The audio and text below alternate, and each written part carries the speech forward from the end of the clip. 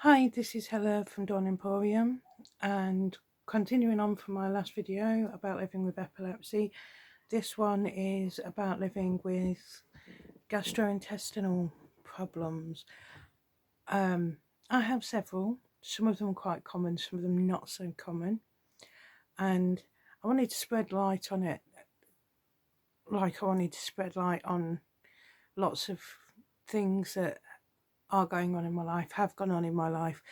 Not to preach, I don't want anybody to feel sorry for me, that's not the thing, because I actually think that I'm quite lucky when it comes to my life, because I deal with things quite well.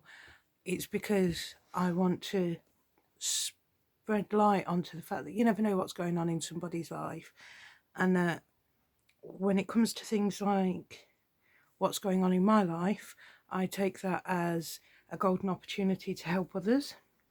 So when it's something like my GI issues, my gastrointestinal issues, you think nothing about it, but the thing is, it does impact in a lot of different ways, and those different ways also impact are the same things happen to a lot of other people for a lot of other issues. So then you sit there and you go, well, actually, I understand that because I have similar, because I have this, which sounds completely different, but similar things happen, or the same things happen. So that's why I can get a bit preachy. I admit my faults. And then you'll notice more and more while I'm doing this little like series that there are reasons why I do these things. And as a friend once told me, yeah, I come from a place of privilege. I have pale skin, which helps. And if I was a man, it would help even more. Not gonna lie, but just that thing of having pale skin, it gives me a lot of privilege that a lot of people don't have. However, in saying that, I also have a lot of things going on myself that a lot of people are very nonchalant about, and because of that, it makes me realise that if I'm going through this, that and the other, what are other people going through? How are they feeling? What are they having to deal with? What have they had to deal with throughout history? And that is why I am so preachy. And yes, I admit I can be annoying. So, I have simple things wrong with me to start with. I have IBS. Now, my IBS isn't actually that bad. I have stomach cramps. I have, it's mainly stomach cramps, I'll be honest. They are quite bad. They come with a bit of wind, nothing too major. I used to take something that's known in the UK as Buscopan. I don't know what it's called if you're watching in any other countries. But then after a few years, my stomach decided it didn't like that anymore, and I had to start using something called peppermint oil, which is exactly what it says on the tin. And I was using that up until recently, when my stomach decided to go completely nuts and it just wasn't working anymore. Once we sort out the completely nuts bit, it should start working again, and I'll start taking it again. But at the moment, not taking it because nothing works at the moment. It's awesome. But yeah, that helps with the bloating and things like that. IBS can also cause constipation and diarrhea, as well as bloating, which can be caused by several of those things in and of itself. And it can get quite painful, but for me it was mainly the cramps that was the problem. Quite bad cramps all over my stomach. Another thing that I have is I have Gastroesophageal reflux disease. Over here it's called Gerd, in America it's called Gerd. In other countries I'm not sure, I just know that in those two countries it's Gerd and Gerd. It depends how you spell esophagus. that is when, I'm not sure if the valve goes on all cases of GORD. Remember, British, I'm going to say GORD. But in my case, the valve has gone on the top of my stomach. So what happens is I have excess stomach acid, and it causes heartburn and indigestion. Now, normally you get given tablets for this. There's two types. One lowers the production of stomach acid, and I think the other one like puts a protective barrier on there to stop it coming up. I've tried both of those. Now, the first one, the one that puts like the protective barrier on, it worked for years. There's like 4 or 5 different versions. The first 2 versions worked between them for 5 or 7 years. They worked really well. The first one worked for about 2 or 3 years, so the other one worked for the rest of the time. And then it stopped working, and I started bringing up acid. And I don't mean just like a sore throat, I mean bringing up acid. So they tried me on the rest of that family. Didn't work. If anything, some of them made me worse. So they tried me on the ones that lower the production of acid. However, my stomach then saw that as like a threat, and when you're trying to stop me from doing my job, if you're trying to stop me from doing my job, I'm going to rebel and I'm going to do my job even more.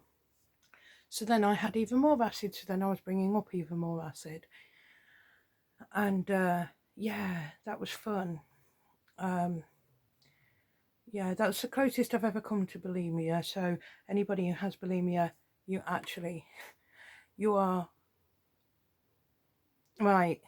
This is going to sound really weird, because it sounds like I'm going to be like pro bulimia here. I'm not, but what I am going to say is, just for the fact that you even think of doing that to yourself, you are hardcore.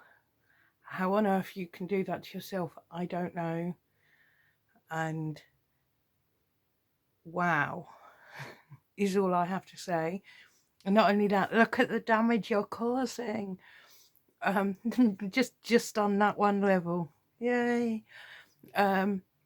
So please get help. I know bulimia is not an easy thing to get over. So yeah. But yeah, I was bringing up a lot of acid, not fun. So I stopped taking acid tablets because they weren't working. It was more pain that way, just because the valve had gone in my stomach and I produced too much acid. So now I have to eat little and often, keep my stomach acid busy. So things like even a small block of cheese can help, a little bit of toast, a few biscuits, a packet of crisps, which would be, what do you call them in America? I'm not even sure, because I keep going to say fries, but that's what you call chips. They'd be chips to you then, wouldn't they? Yeah, packet of crisps, aka chips. Something like that can help, because it keeps your stomach acid busy, so it doesn't realise that it can escape. It works. It's not for everyone, and it's a last ditch thing, but I still do get sometimes, especially really bad stomach acid, and it isn't helped by the fact that when I'm in gastric pain I have bruxism, so I then clench my teeth together, which is awesome when your teeth are getting attacked by acid. Yeah, it causes sore throat quite often and can cause things like ulcers in your upper GI tract, because it burns. That's its job. It burns food into absolutely nothing, so it can be digested easier. It's an acid. It's what acid does. And it's uncomfortable. For me, I'm not used to it now. it doesn't actually bother me that much. It can give you bad breath as well, but I'm a smoker, so that kind of covers the bad breath thing, because most people just notice the fact that I'm a smoker and are already like, ooh, so yay, don't take up smoking. Also, another thing, don't use bubble gum if you've got it, because if you use bubble gum, your stomach acid starts bubbling and expecting food to go down into your stomach, and when it doesn't, because it's bubble gum, chewing gum, and you spit it out, it's all angry then, where's the food, and comes up. So what you want to do is use things like chewy mints, things like Polos, Mentos, things like that. If you do have something like this, you want minty fresh breath, use a chewy or a hard mint. Don't use bubble gum or chewing gum, because it is bad for your acid. The next thing I've got wrong, so we've done IBS, we've done GERD. Right, the next thing really to go for is adhesions. Now, adhesions are a type of scar tissue, and 80% of the, I can't remember if it's adults or humanity as a whole, is thought to have adhesions. They're scar tissue inside your body. I'm there holding my stomach because that's where mine are, although mine now could be in the thoracic cavity, which is my chest, but we're not sure yet. But it's definitely in my abdomen. There's three types, or three, I'm not sure if they're called three types or three stages, but the first type, I'm going to call them types. It's type 1, and they are tiny little threads about the same as spider webs. No, actually, we'll go into how to get them first. Scars, as you know, are caused by injury. So external scars, you fall down, you cut yourself, and you might end up with a scar. You might not end up with a scar. You get into a car accident, you may end up with an injury that causes a scar, you may not. You have an operation, you may end up with a scar, you may not. There's all sorts of things that can cause external scars on your skin. When it comes to internal scars, you might have an operation that causes scars, which is how we think I got mine. You might have a severe gastrointestinal complaint, something like suffering from E. coli, salmonella, something like that, where the E. coli or salmonella, I'm going like that because that's supposed to be your large intestine, actually escapes from the bowel when it's at its worst, which is when you are feeling at your worst. Tiny little microbes of it escape, and your body fights it when it has escaped to where it should be, and that then causes a scar. It's a bit like if you have two cuts on your hand and one becomes infected and one doesn't. The infected one always has a worse scar, well, usually has a worse scar, should I say, than the one that didn't become infected. That's what it goes like inside. Endometriosis can cause it in numerous ways. I think there's like 3 ways that I know of that endometriosis can cause it. Some directly, some indirectly. We'll get into that later. And also external injuries can cause it. So things like, I used to do kickboxing and rugby, which are both high impact on your guts, you know, and dancing. Actually, I had quite a few nice, when I was doing acro and things like that, quite a few kicks to my guts. They, with enough force, a hit to the guts, or if you're in a car accident, maybe the seat belt, especially if it was put across your stomach improperly. Hang on, I'm going to move the camera slightly. If it was put across your guts improperly, you'd got it up the top instead of down where it should be. That, when it digs in, can cause them. Let's see what else. I'm trying to think of things, because there's so many ways that you can get them, and you sit there and you think it'll never happen, but they're that common. Actually, lots of things can happen and you can get them. You can literally fall down, not think anything about it, and then you go for another operation and you've got them. Most of adhesions are found while having operations for other things. So when you were like, I don't know, 20 odd, you went in, you had your appendix taken out. 20 years later, you need your gallbladder taken out, and they realise you've got adhesions from having your appendix taken out. I'm just using that as, you know, an example, brain going. That is quite a common scenario. Or you have a car accident at 7, you're absolutely fine, you walk away from it absolutely fine, and then when you're 45, you need an operation for something or other, and they find that you've actually got adhesions in there, and they've cause no problems, because most of the time they do cause no problems. Now then, back over to the types. Type 1 is like spider webs, absolutely harmless. They're fine, thin, literally like spider web sized, tiny little things, easy to break, no blood flow, no nerves, no nothing. You just look at them and they're gone. Easy to get rid of, nothing much to them. Type 2, a little bit worse. I think these are more common with people with things like endometriosis, but I could be wrong. Remember, I'm not a doctor, and I've only read up on things, and it doesn't mean that what I've read is the most up-to-date information or the most reliable information, because just the same as everyone else, when you're having a look online, it doesn't always mean that what you're reading is the most factually correct, but you try.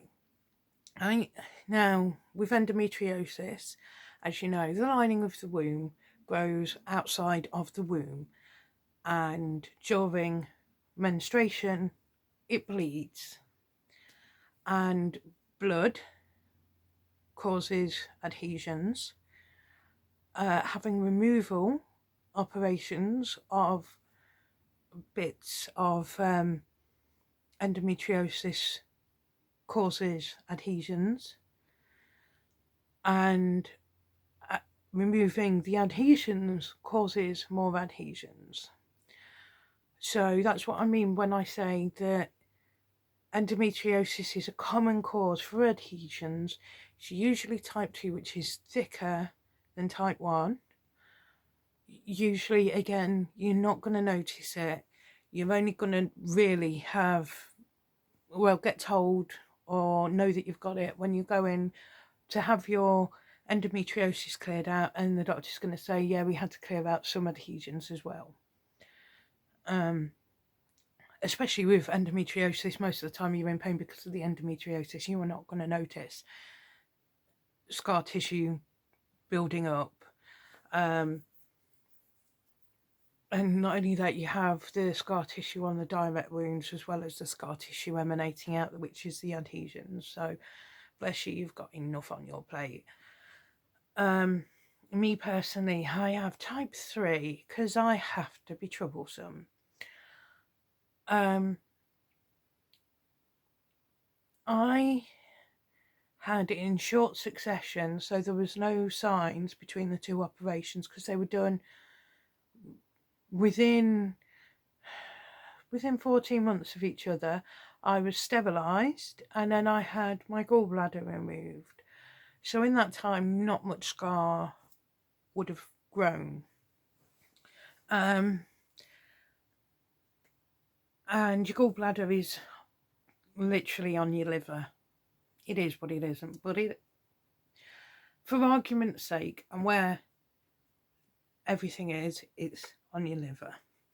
Hang on, I'm going to change position. So, gallbladder, sort of there-ish, liver, there-ish. and well, my womb should be around about there. It's not. We'll get into that later. Right, so then a few years ago, when this first happened, I started having pain. It was my liver, my stomach, and just there. We did everything we could, right? We looked everywhere. We did gastroscopy, which is camera down your throat, laparoscopy, which is the camera that goes the other way. We did do some ultrasounds at one point, couldn't find anything, but then right when we got to the end of it, I had this massive growth here. Other things had happened in the meantime, but I am shortening it all down because it does actually get quite upsetting, because this went on for months. This side I looked pregnant, this side I looked normal, right? And my pelvis isn't fused, so I felt like I was late stage pregnant, which is not fun if your pelvis isn't fused, because then you don't have the stability of your pelvis to do minor things like move. We had an ultrasound down here because I remembered that I've got a cyst on my left ovary, and we went and had a look, and it looked like the cyst had turned from a tiny little, I think it was about 2 by 3 millimeter cyst, into something more like 4.5 by 5 inches in size. So I went in for an emergency operation with a gynecologist. Remember what I said about endometriosis? Awesome move there. She went in. Next thing I know, I wake up. It was meant to be an hour-long operation to remove an ovarian cyst. Right? 4.5 hours later, I wake up. It wasn't an ovarian cyst. I was full of type 3 adhesions, which are thick, fibrous, have their own blood supply and their own nerve supply, which is why for years my blood pressure had been slowly rising. I kept telling doctors it was slowly rising, and they were like, it's within healthy limits, you're fine. You're fine, you're fine. I was like, no, it's rising. No, you're fine. I knew I wasn't fine. I knew there was something going on. That'll be what it was then. And I kept getting stabbing pains that weren't in line with when my IBS was playing up. I'd be reaching up and feel like I've been stabbed. I'd be bending down feeling like I was stabbed. This is really annoying because I love my yoga, and not being able to do yoga, I didn't mind when I was ill with it because you sort of give up. But when I couldn't do my yoga when I was still fit and healthy because I felt like I kept on getting stiletto daggers in there, that was annoying. And then I found out that I actually had these adhesions with their own nerves. So the stiletto daggers that were stabbing me, they were nerves. And what was happening was the same as if you do anything and upset your nerves in your arms. Yeah, I was getting nerve pain, and I was over pulling these adhesions. That's what I was feeling. Always fun and games. So I had the answers to that. What had also happened was my entire liver was encrusted in scar tissue, which was why I was getting the liver pain. Not that sure why I was getting the stomach pain, but I was. It did have adhesions on, as did all of my intestines, but it wasn't encrusted. My womb was also encrusted because I had been sterilised. Liver, gallbladder, both of my operation sites is in. My womb was stuck to my pelvis. It had literally adhered to the front left of my pelvis. And like, pretend the the ends of my fingers are my ovaries, right? Your ovaries should go down from your womb. They had actually gone up and started touching something called Valentine's ovaries, because it looks like a little love heart. That had happened as well because of the adhesions. Apparently that's cripplingly painful, and I hadn't noticed. I'm not showing off. How did I not notice? The only thing I could think was because my pelvis was in pieces because of what was happening inside. It had happened towards the end, and I hadn't noticed because I was in pain anyway. I don't know, because I didn't get told how long it takes for Valentine's ovaries to happen, for your fallopian tubes to move along with your ovaries. I didn't get told how long it happens. So if it happens in a few weeks, that could have been it. If it takes a few years, I should have felt something, surely. I only get PMT about once a year, which sounds very showy-offified, but honestly, when I get it, I get it.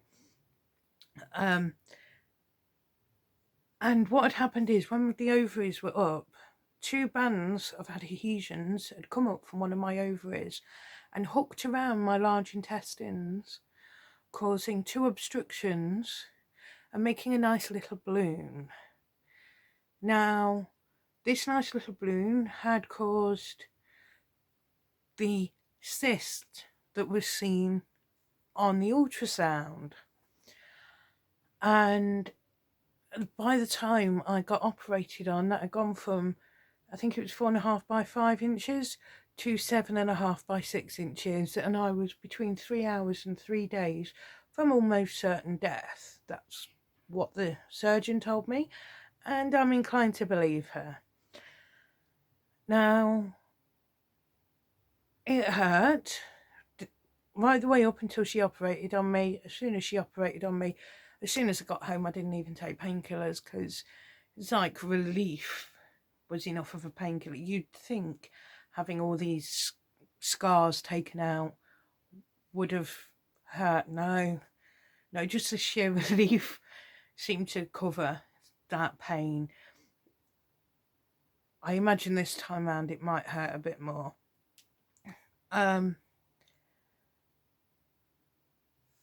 Other side effects from that include my stools just turned to water, because all that could happen because of this, it's called an impaction, all that could get through was liquid, so no solid stools because everything was blocked in.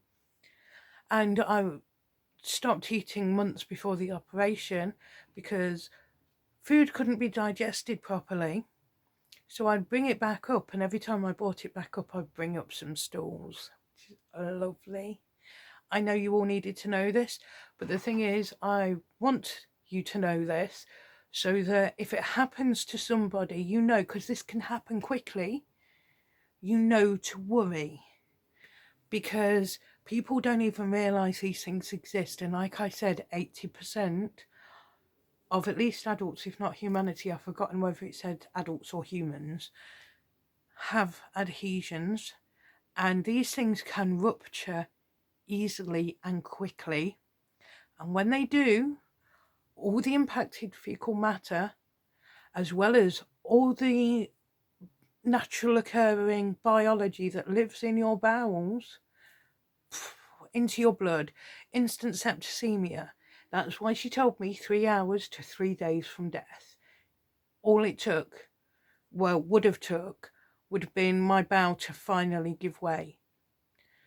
So I want you to know these warning symptoms. So loose, and I mean loose, like watery stools, dangerous.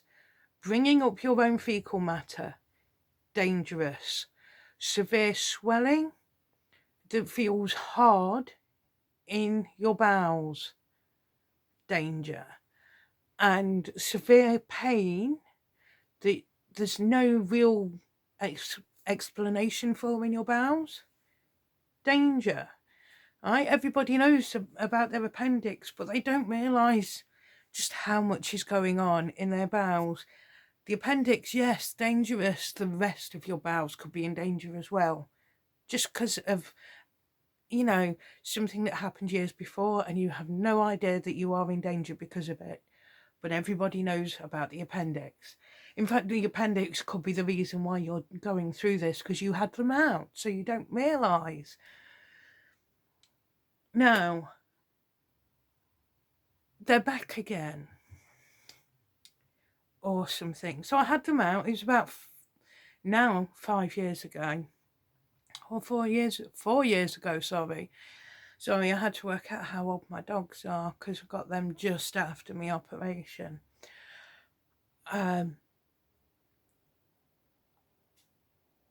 We're in September now.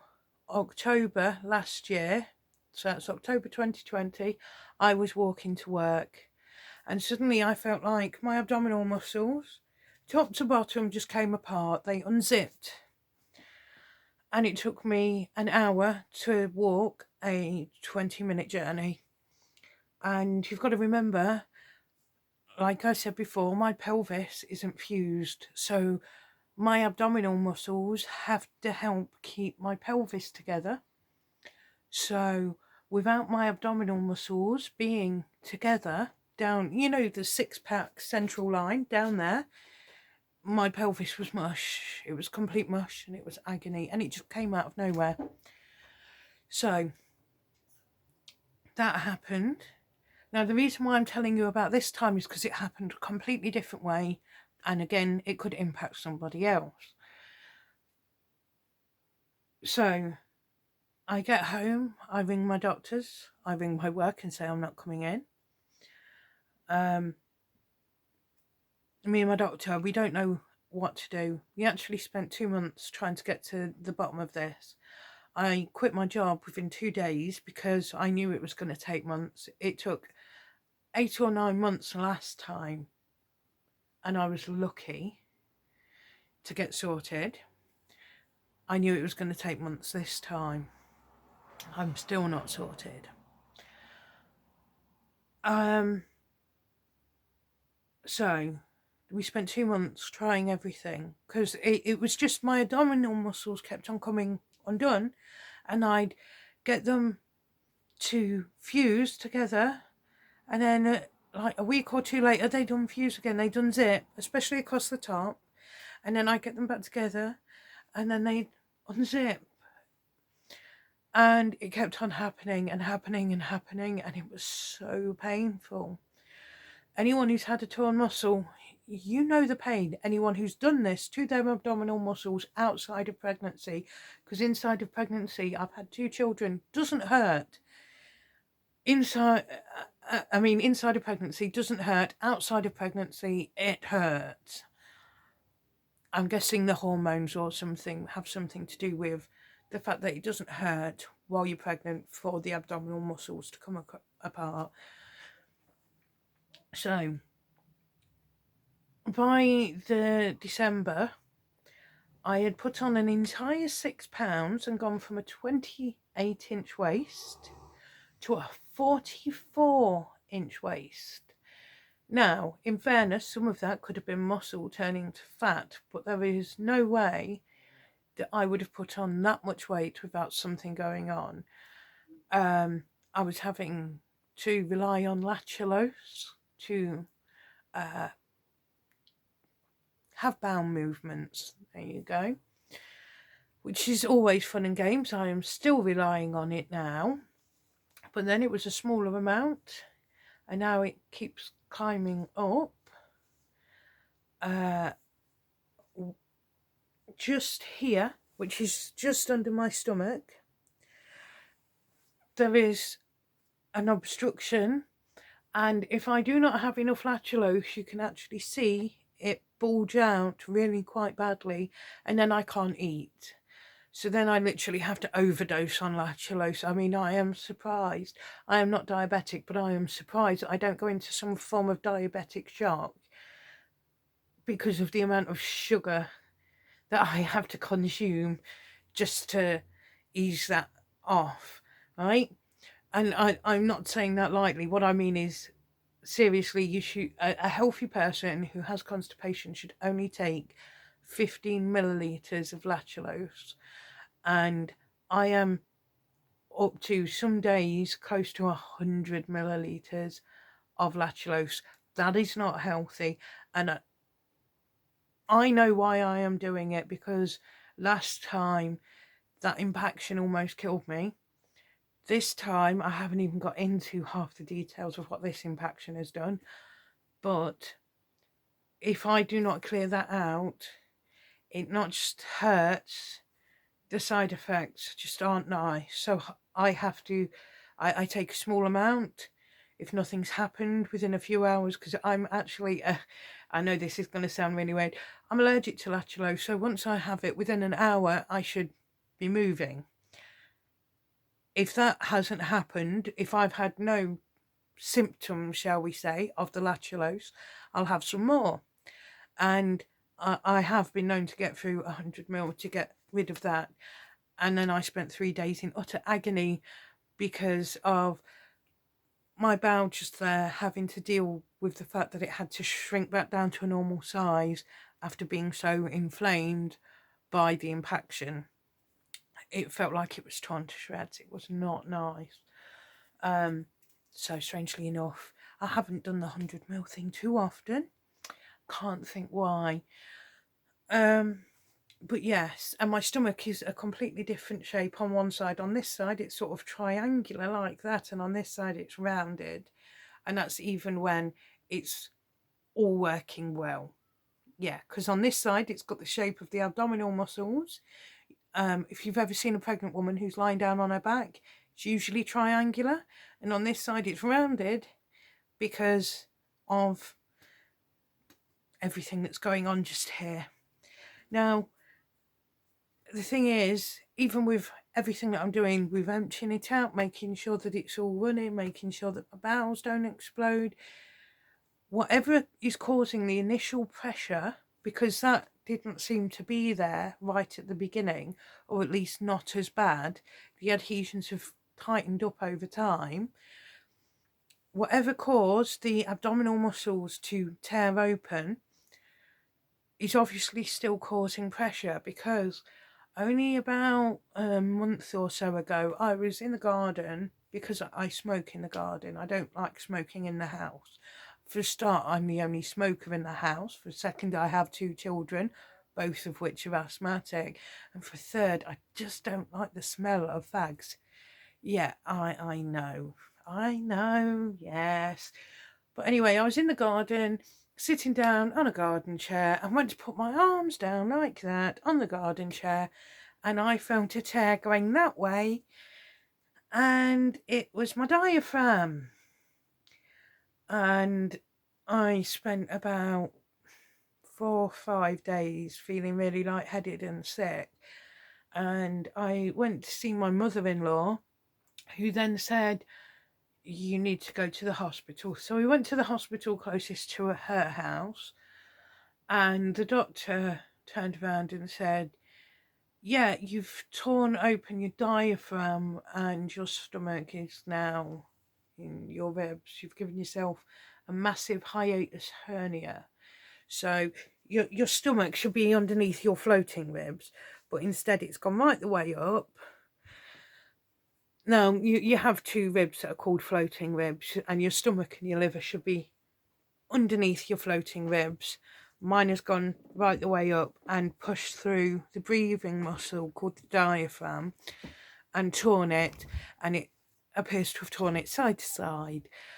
And the reason why I was feeling so ill wasn't technically because of the hiatus hernia, but was because it went through so quickly with so much power, because of the pent-up pressure from whatever is going on in this kind of an area, which isn't all because of that, right?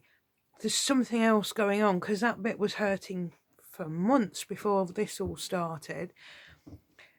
It just tore the muscle open, and that then caused some internal bleeding. So what I was actually feeling bad about was the fact that I was bleeding inside, which causes more, guess what, adhesions. So not only that, we've been trying for years, not because I had a small negligible hiatus hernia anyway, And we weren't going to fix it because we didn't want adhesions in my thoracic cavity, which means around my lungs and my heart. So it was like, let sleeping dogs lie. And now this has happened. They could be getting up into my thoracic cavity.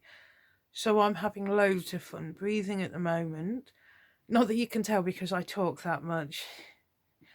But yeah, one of my main breathing muscles, the other ones being the muscles that are around the ribs, is severely damaged. My stomach is up in my ribs, which means one of my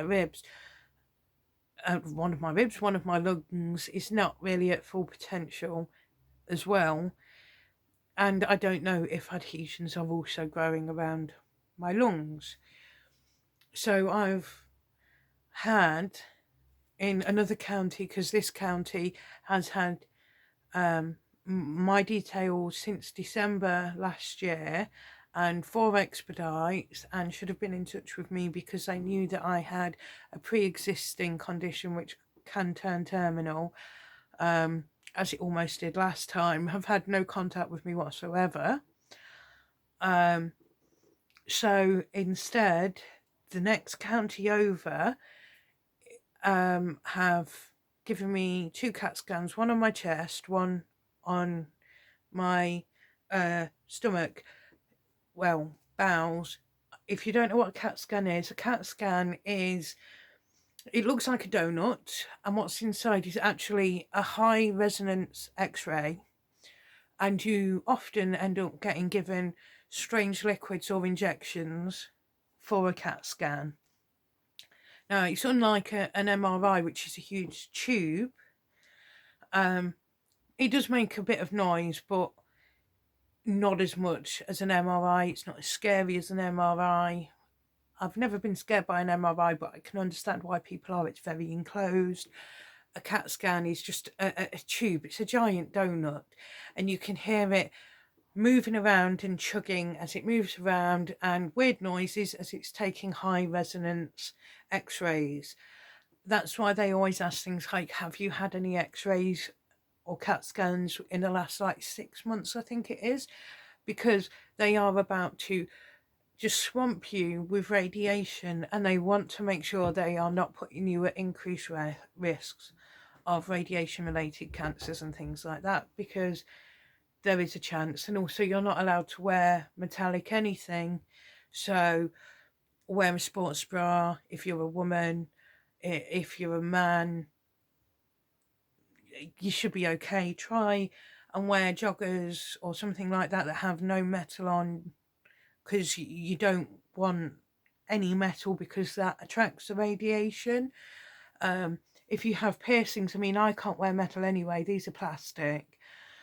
But try, if you have sensitive piercings like tongue piercings that can close up very quickly, swap them for plastic. These are tongue bars, so they do exist. I know they do because I wear them. I've only got about 200 of them, so you know. Try and swap for plastic. If you can just remove your metal, just remove your metal. No jewellery on.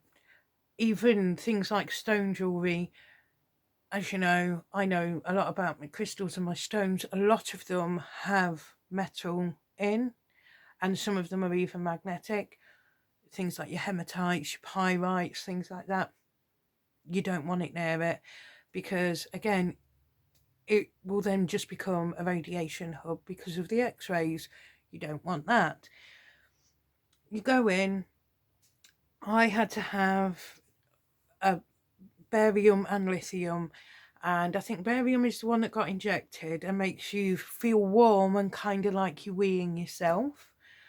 They always warn you that it's going to feel like you're weeing yourself, and it does feel nice and warm. It's like getting into a nice warm bath, but internally, not externally. And then yes, you do feel like you're going to wee yourself, but I've never known anybody actually wee themselves. It just feels like you're weeing yourself because it gets into the bladder, which is part of what it's meant to do.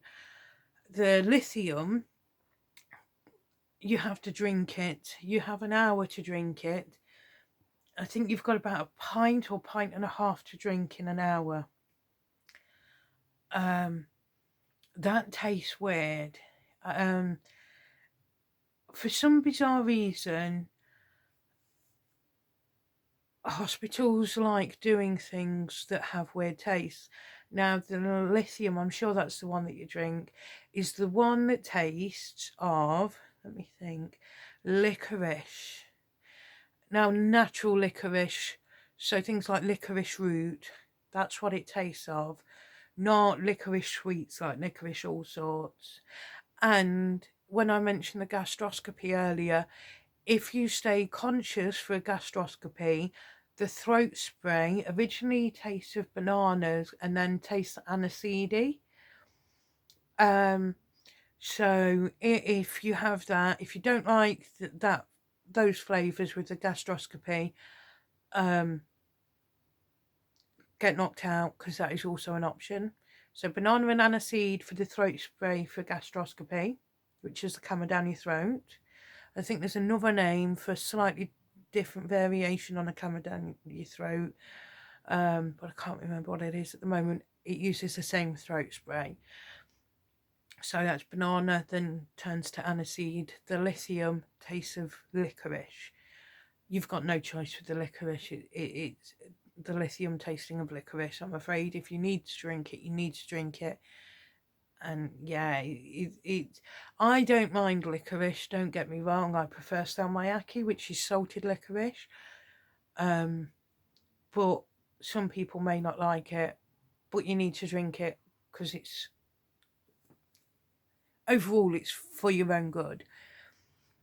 But I've had those, and then I've had a gastroscopy. Now, my gastroscopy, for me, as far as I'm concerned, that is the worst gastroscopy I've ever had. I've had like 5 of them. The other 4 have all gone fine.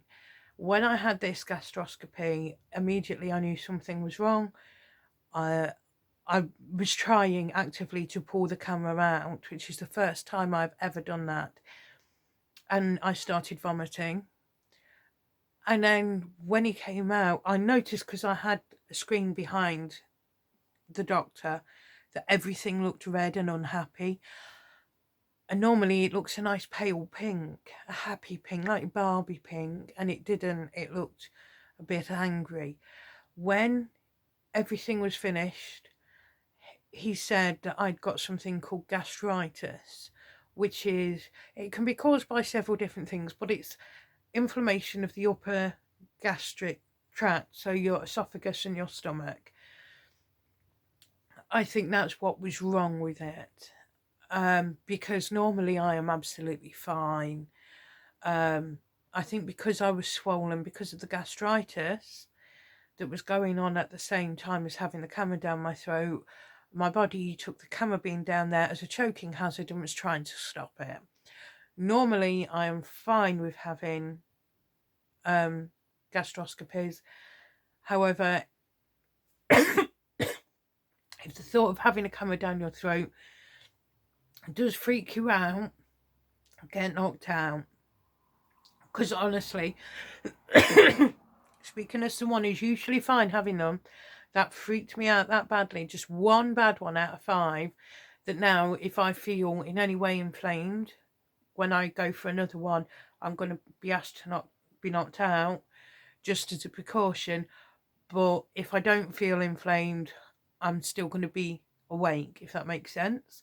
Because I've had that many that have gone fine, gone absolutely swimmingly. But that one, because he got me when I had gastritis, actually, I now understand why so many people are afraid. So, yeah. However, like I say, out of 5, I've had one bad one. I don't call that bad going, really. And that was because I actually had something wrong going on. It was all inflamed. I hadn't been feeling right for weeks. It's only just started feeling slightly better recently. Like, probably since Monday. Oh, we're only on Tuesday, Sunday. So probably since Sunday it started to calm down. So yeah. So if you're paranoid, watch out when it comes to having it done.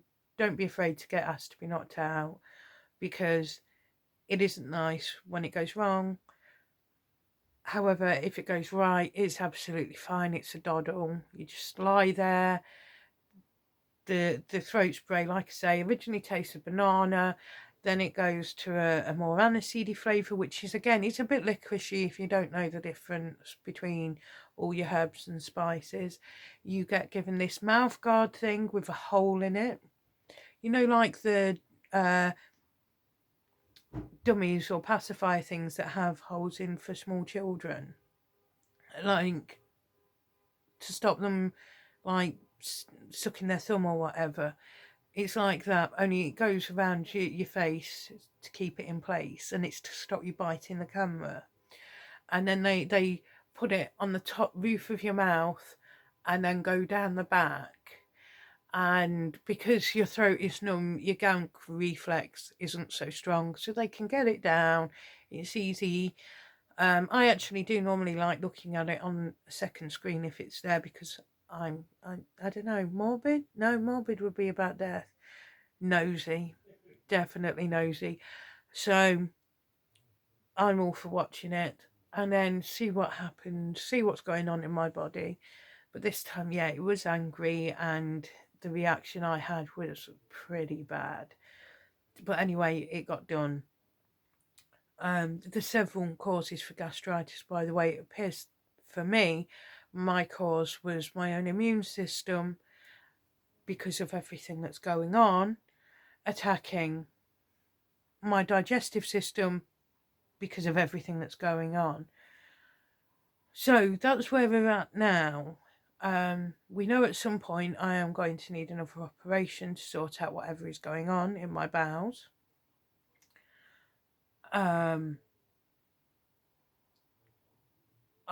Like I say, this time round was very different to last time round.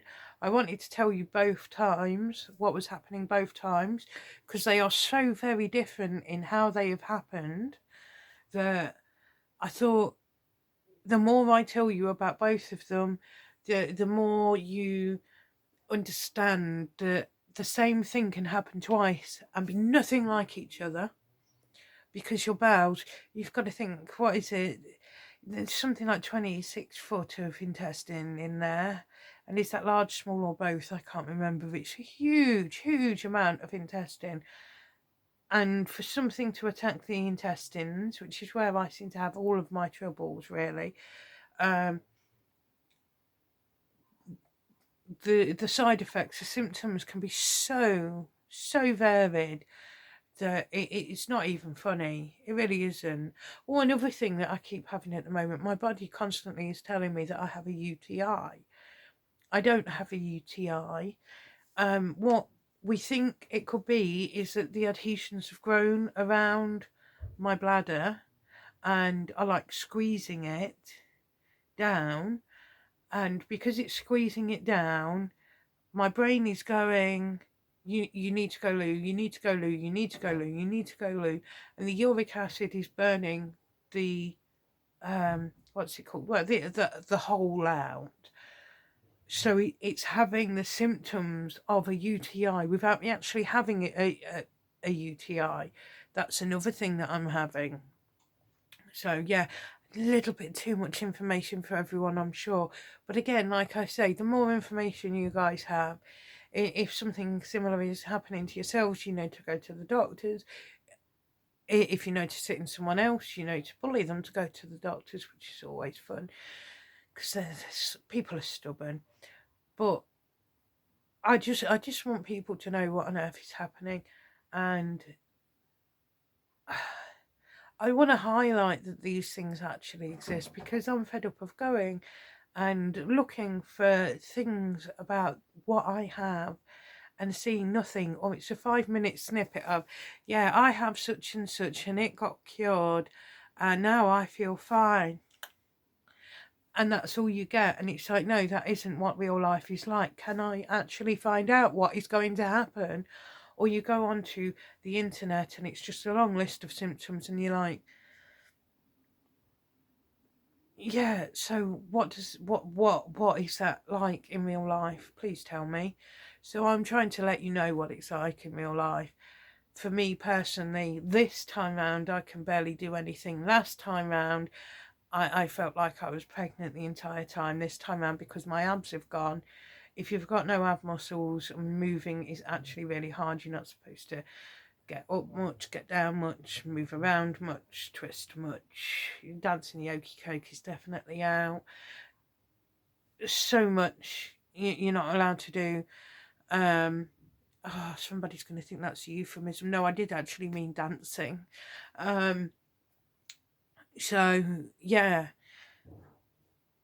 I hope I'm making sense. I know that I'm repeating myself a bit, but I just want people to know stuff. But yeah, and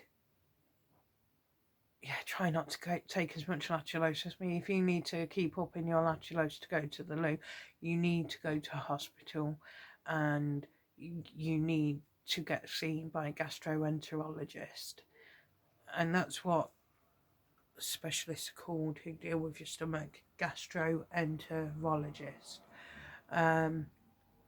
Because you shouldn't be doing that. The reason why I'm doing that is because my local hospital, they don't seem to know what to do with me, so they just decided ignorance is bliss, which is always fun.